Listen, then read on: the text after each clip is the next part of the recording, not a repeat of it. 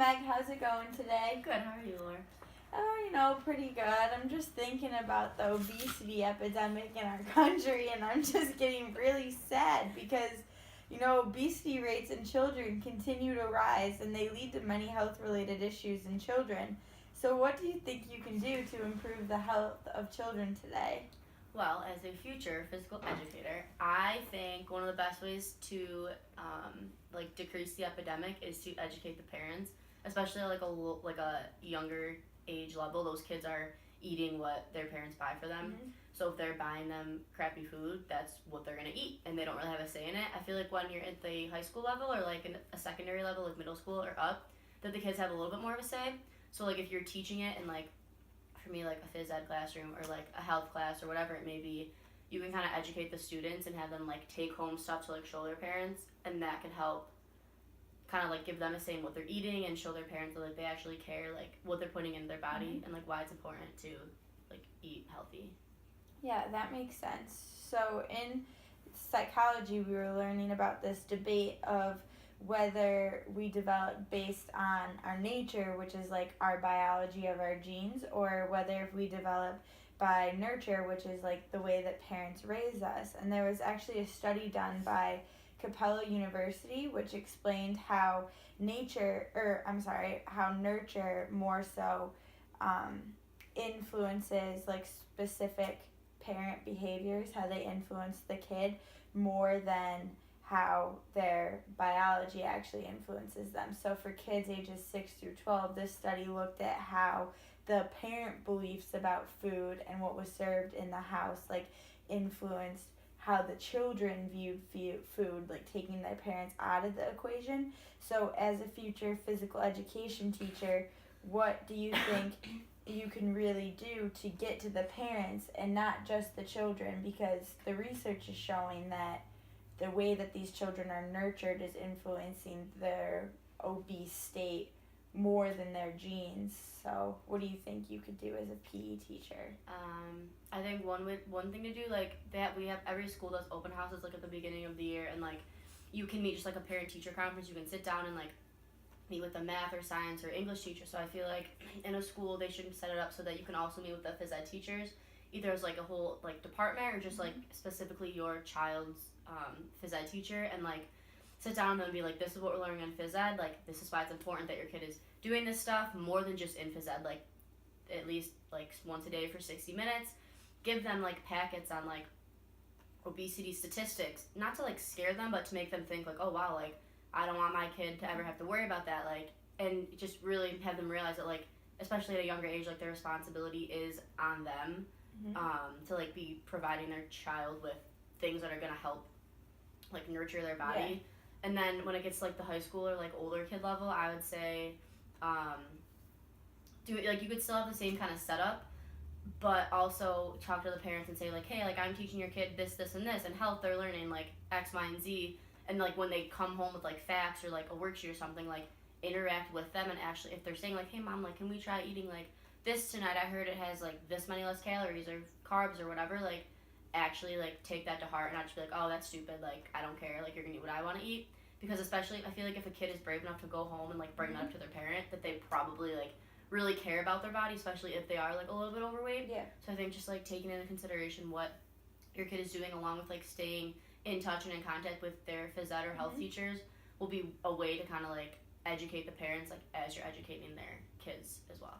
Yeah, that definitely makes sense. But to kind of look at the opposite side of this argument, you consider like the nature, and Dr. Siegel is a doctor who's investigated genetic diseases that have to do with the genes that pass down obesity linkage through family. And one big player in this is your hormones like ghrelin and leptin, which are your hunger hormones that kind of influence like when your body perceives fullness and when your body perceives hunger.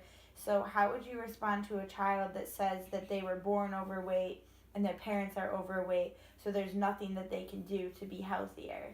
So I would kind of sit down with them and say like, yeah, like in a sense, like you're right, like genes are genes, and your body makeup is what it is. Mm-hmm. But just because you're born a certain way with a certain like gene pool doesn't mean that you can't change it, or like try ways to like at least improve it. Like if you're gonna be overweight, like you might be overweight your whole life, but that doesn't mean that there isn't things that you can do to make it so that you're not at like a super like unhealthy weight or at risk for like diabetes or like heart disease or anything like that. So I think just telling them that like they do have control of their body regardless of their gene makeup, and that they can change like how they are and how they perceive themselves just by like doing little things like exercising or eating healthy regardless of like how their like biological makeup is. Yeah, that makes sense. I think another issue with this topic is really this kind of sensitive nature of the fact that like you and I were both raised in healthy households, and we don't know what it's like to experience being overweight and the kind of bullying that comes from people being overweight. And so some people who suffer from chronic generalized anxiety experience much more anxiety that like you and I would in a typical day, and they really feel like they always anticipate the worst and they can't relax. And this generalized anxiety disorder tends to develop between childhood and young adulthood, which puts children with obesity at a greater risk for experiencing chronic generalized anxiety disorder. And so when you're guiding children to go through the process of making healthier behavior changes that will lead to them developing the healthier lifestyles like we talked about, this might trigger anxiety in these children to the point of beyond what's like normal anxiety. So what would you suggest in terms of like goal setting or ways that you think can help them not experience like the anxiety or the psychological bullying that some children will face as they like try to make these changes? So I'm actually with student teaching right now, teaching a class called Healthy Habits for Phys Ed. So some girls are put into it just based on like body weight, like emotional or mental like disorders or disabilities, and some girls choose to be in it because they don't feel comfortable in like a regular phys ed setting. And every day we come in, we usually do like a health or like some sort of like health talk. We brought in a nutritionist before, and kind of just sit them down and say like, what are your goals for this week, or like what are your goals by this day, and just break it down like step by step. So I think like definitely baby steps is the way to go, because if you say, okay, in a year I want to lose 20 pounds, that's kind of like that's a long shot. So I think just every week, maybe just not having a pop at lunch, or having one after dinner snack instead of 2 or 3, like little things like that you can kind of build off of and be like, okay, I didn't have a pop at lunch today, so tomorrow I'm not gonna have it for the rest of the week, and then I'm only gonna have it on like Saturday or Sunday. So I think like actually like talking to them and figuring out like what their biggest like insecurity or like anxiety issue is, and like working it through with that, because like every kid in this class at least, they're all different, and like they all have like different issues that like bother them more than the person next to them. So I think it's trying to like talking to them, writing everything down, because even like for me like that helps, I think, and figuring out like how to like individually help each of these students that are like struggling with something like this. Definitely taking like baby steps so it's not like overwhelming if they don't reach it. And then honestly, you kind of just have to tell them as far as like the whole like bullying aspect, like it's hard as it is because a lot of them aren't going to want to like listen to it, but like you got to block it out. Like you got to do what you want to do for yourself, and like show all those other people that you can do it and that you're not who they think you are, and then like they'll stop talking kind of thing. So I think just kind of getting to know them, getting to realize like what their biggest issue is, and talking to them about it is the best way to kind of get them in that like a better like mental state when it comes to like their body. Do you think by putting them in that safer environment of knowing that like everyone in the room is in kind of the same boat as them helps them, or do you think it makes them feel kind of ostracized from their peers in a way? I've been torn about it all semester. Like I don't know, I feel like the girls who want to put themselves in that class, like that's great, like they willingly chose to be there. A lot of it's because they don't like changing in front of the normal like other girls in the locker room, so they come in like 5 minutes later, and like I get that. And like some girls that get put into it, I don't really know them well enough to be honest to know if they like are comfortable with it. But I mean, in class, like they do all talk, they are very open with each other. That's good. So like, and a lot of these girls have like things way beyond just like their weight, like a lot of emotional like disturbances, mental disabilities and things. So like they have a lot of other stuff going on. But I think kind of being in that setting, especially because they're gonna be with them, these same girls like all year.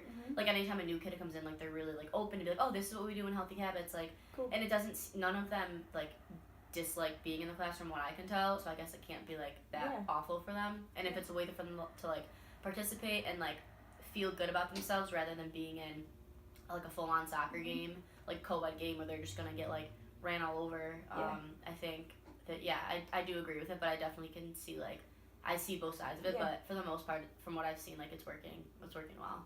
Cool. Well, thanks for the chat. Yeah, no problem.